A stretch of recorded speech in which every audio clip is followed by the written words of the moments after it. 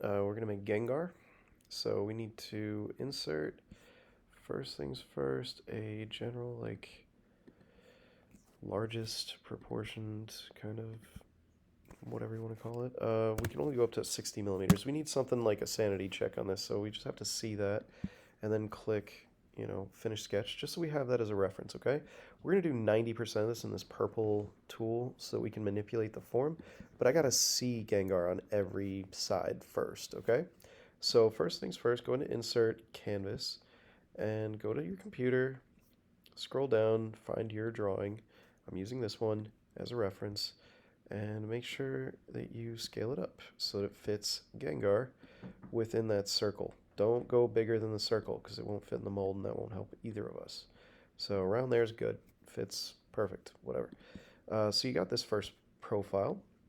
The next one is you're going to want to make another inserted image, or canvas is what they call it here, on the other.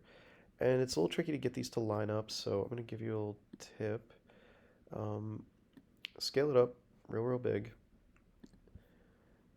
and move it. That's why we do the circle, right? But when you're looking at it, turn it on its edge where you can see them sort of like aligned here. Try and match the feet first. When you scale, it's like much easier to match the feet than the head because there's less going on. And with the spiky stuff, it gets really tricky. So that's a little bit too tall, but not too much. Ooh, okay, about there is good. But you want to make sure the feet are matched because we can always match the spike, but the feet are going to be really hard. So you click OK. So what this means is when I look at it from here, I got that view. You know what? I'm going to actually edit this. I want to shift it so this is in the middle because that won't help me. There. That's his middle. Okay. Middle and front. Cool. So we got Gengar here. We're going to go into purple. We're going to make Gengar out of what's called a quad ball. So quad ball just means we have a ball of material right there, Mr. Quad Ball. And you can subdivide it. That just means that you can add more of those little stripes, and this means you have more points to manipulate or less, depending on what you put in. I'm going to put in a whole bunch because Gengar, you don't want too many or you're selecting a ton of stuff all the time, but Gengar has a lot of divots. He's mostly round. We're going to build him out, but those spikes, we need lots of points to drag those spikes. So I think I would say 1, 2, 3, 4 sections at the least, okay? And I am going to make this symmetrical just to make it easier on myself. You might not because Gengar is not fully symmetrical. That is your choice. There, I'm going to go with that. I'm actually going to go one more. Ugh. Let's make sure that they're even though because I want to use symmetry. Yep, even enough. Okay, we click OK. Symmetry works by clicking this icon and 2 alternating sides. This will draw that green line that's very faint right there, but you'll see it if I zoom in. That little green line, that means we have a line of symmetry. That means anything I do on one side will happen to the other, which for this is going to be much appreciated. But I want to move it first, like here-ish, because that's going to be the general shape. And yeah, if I select a line, I can manipulate the line, right? If I select a point, okay, if I go into modify and I select one singular point, I can move that, it'll do that.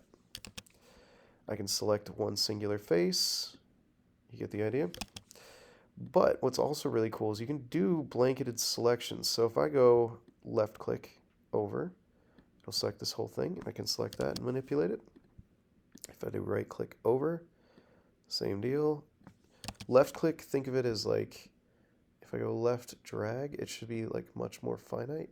Yeah, like that. It's whatever I fully click over. Right click drag is like anything I touch. It just instantly selects.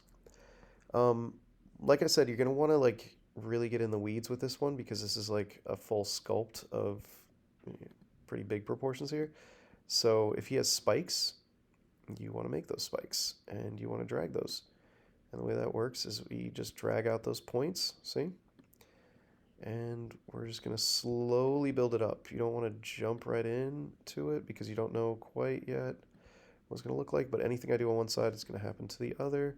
So I'm going to just drag that up over here, and then I can manipulate this by saying, hey, you guys all move up a little bit. There you go. And then over here, Just gonna move that out a little bit. And yeah, I actually needed way more subdivisions. Okay, and we'll go like that. Yeah, that'll be good. So I have the beginnings of Gengar, but I need it to match. And so, for example, for this piece, I might want to shift it. That means I'm going to pitch it like that and move it up like this. And I want to sculpt it so it's his body. The hands we can make separate, but I want his body to be sculpted. That's actually pretty good. He has a pretty basic like shape there. And now I'm going to make another. I'm actually going to make a block here for his arm. So I'm just going to go like that. And I don't need a lot of definition on this one, so I'm just going to click OK. I do want to hide the Gengar's main body so that I can actually manipulate this thing. And I'll just go like that and move it around. And so it's in the right position, and now I'm just sculpting it to kind of match that shape. Notice I didn't use symmetry for this because I actually want to be able to individually move these pieces sort of like this. And then I want to put this back in, make sure it's matching up where I want, and sure enough, looks pretty good. Yep, looks pretty good. Okay, and don't worry about this part because we are going to just mirror everything when we get into the next command. So then over here, I'm going to say, hey, you know, up, nope, not that. We're going to make his legs. And I think, you know, the easiest way to make the leg is probably going to be this, but it's going to be empty. So that's not going to be too fun, but we'll make it work. Basically, we're going to make this. It's going to be open, like I said, but we can close that, so don't worry. We're going to make it go this way. Yeah, we're going to drag it down. Yeah, we're going to drag it down. And okay, now I'm going to go and hide pretty much all of this because I need to really modify this. So the way it works is you can also select rings and you can shrink them. So this is called a ring selection because you can grab like a whole bunch of points. You can shift them, you can move them, whatever. We don't need a ton here. We just need to mimic this shape. And anything that we're not using, we just want to make sure it goes into the body and doesn't distract from the rest of what we're doing. Because we do need it to be a closed form. Otherwise, it's not going to work really well for what we're trying to do. So we'll go like that for his little foot. Yeah, that's pretty good. And then we'll shift this whole thing down because we'll close it off anyways. So we just want it to be like in the main body. And then for these parts over here, yeah, for this, we'll shift it just like that. Okay, cool. So let's say that's good enough for his leg. And then we just want to close this. So we'll go into modify. There's all these other tools. One of them is fill hole. I don't like the reduce star as much for this one as collapse because collapse is going to give you a nice even number of points there in case you ever had to manipulate it. So I would recommend that. Click OK. It's got to be a finish command. Go back into modify, go into fill hole, click it again. It'll do that. And then show these. And any and all of the indents for the mouth or for the eyes or anything like that, you can either do it in, you know, the tools you know, which are emboss or extrude, or if you want to make divots for them, the whole reason that we did this was so that now we could sculpt it from the side, right? So we'll go into modify, and I'm going to click this, and we are going to make Gengar like that. We're just going to say, okay, that's cool.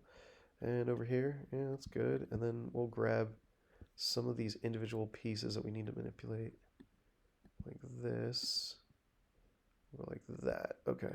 And then we are going to grab these little pieces. Yeah, these little spiky pieces. Huh, I wonder if that even... No, it didn't drag. Okay. We're going to grab that on here. There we go. And we're going to just move it and shift it. Yeah, there we go. So we get a nice spiky kind of back right there. And you can, you know, also come in here, manipulate the face, something like that. Yeah, manipulate that so it's a little bit more spiky, you know, more extreme. Yeah, you get the idea. So you're going to want to do this with each piece.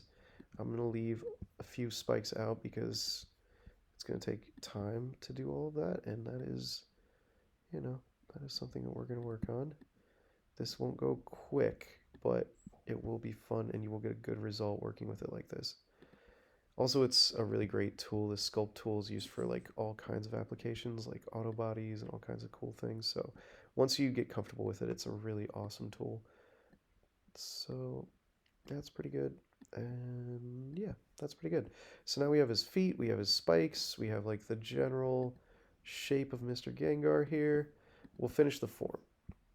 And then we'll come over here, we'll look without the canvases what we got. And sure enough, we have like the beginnings of Gengar without his face, obviously. So we'll go into mirror, and we will get those arms and legs, and we will mirror them. Not there. Origins here. Okay, so that means I gotta hide the body that is blocking me. There. So that gets us both pieces. Put the body in just to make sure. Sure enough, there it is. Now we'll put the canvas back on and let's draw some really easy lofted features. So we're gonna just make this offset plane. We're gonna drag it out a little bit. Boom. So we can draw and then extrude cut, or even better would be to emboss. So we're going to go in, we're going to say, okay, we have this eyeball looking thing. Let's draw it with an arc tool and a line tool. So the arc tool, where did it go? Interesting. So I drew an arc and I drew a line and I don't know where it went. Okay, I'm going to click finish sketch and I'm going to hide whole bunch of stuff, like all the bodies, and I'm going to show just that plane so I know I'm drawing on that plane because we really, really, really need to get the drawing right. So I'm going to draw the eyeball on the other side just to make sure. Click OK. Come over here, use the arc tool, click this point. Sure enough, worked way easier without all that distraction. And then for the little pieces here, you'll probably want to use the ellipse tool for the eyeball, like that. The way this tool works is you define a line, and then it defines like, you know, how far down it goes. So you got that, and now you can move it, and that should work pretty well. You got Gengar's beginning there. And then this, the teethy kind of grin here, I would say we use the 3-point arc. That'd be a pretty good one. And we will say that's good for there, and we'll just do it here. If you want to, you can add a whole bunch of other stuff. I'm just going to make a mouth. You might want to make a whole bunch of little teeth indents, like that. Then I'll make that other eye. But you have a tongue, I believe, in your drawing, so you know you gotta do that. Gotta go with what you drew, and you got that. So cool. Moving right along. Just tracing out his facial features and making that arc tool. Let me explain this ellipse a little bit. So you make a line, and that's your major axes, and then you define your minor axes by just stretching that little piece. If you look, these almost meet in the same area, even though, you know, this is a little bit too big. So I can change that by shifting this and moving it down. That's the major axes. This is the minor, so I can shift that over as well. So we got that, and we got that. And now we will put these all back in and make our cuts.